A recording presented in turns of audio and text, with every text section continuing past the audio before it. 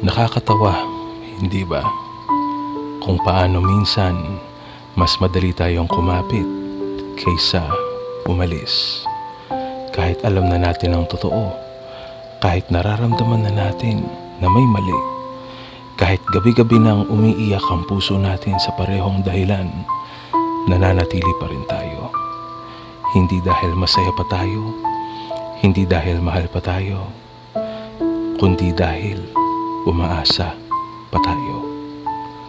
Umaasa na baka bumalik pa sa dati, na baka isang araw magising tayo at makita nating nandyan pa rin ang taong minahal natin, pero hindi na siya bumalik.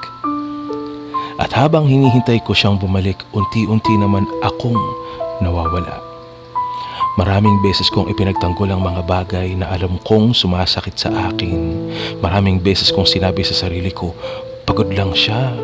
Marami lang siyang iniisip. Aayos din ito.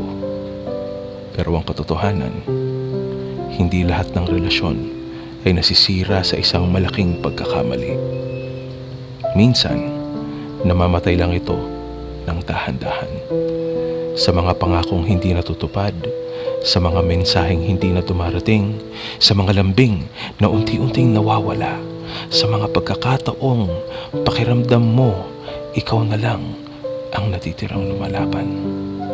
At ang pinakamasakit, hindi noong iniwan niya ako, kundi noong napagtanto kong matagal na pala akong mag-isa kahit nasa relasyon pa ako.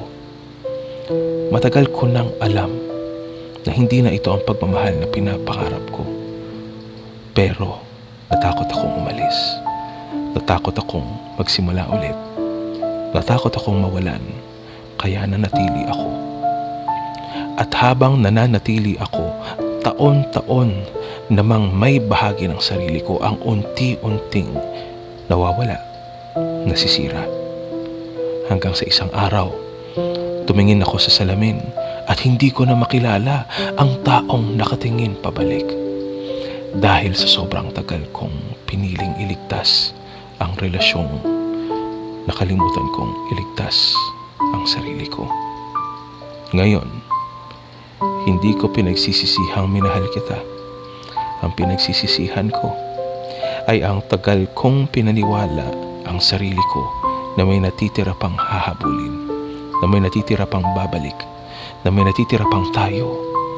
Kung sana mas maaga kong tinanggap ang mga bagay na ayaw kong makita, kung sana mas maaga kong